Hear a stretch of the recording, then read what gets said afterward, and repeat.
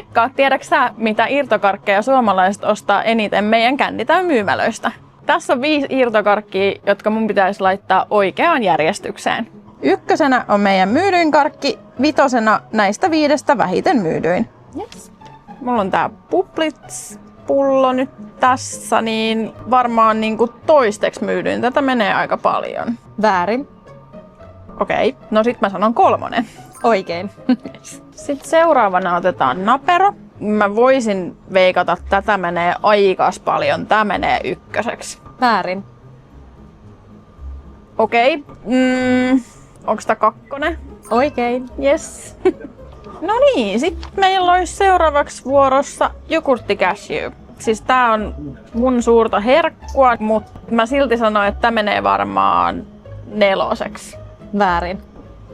Voisiko tää sitten olla 5? Oikein. Yes. Sitten meillä on täältä mereneläinkonvehti. Mulla on enää 1 ja 4 arvattavissa ja tää menee suoraan 4. Oikein. Yes. Eli myydyimmäksi tuli susupala. Tätähän suomalaiset rakastaa. Tää oli helppo 1. Saiko sä nää kaikki 1 oikein?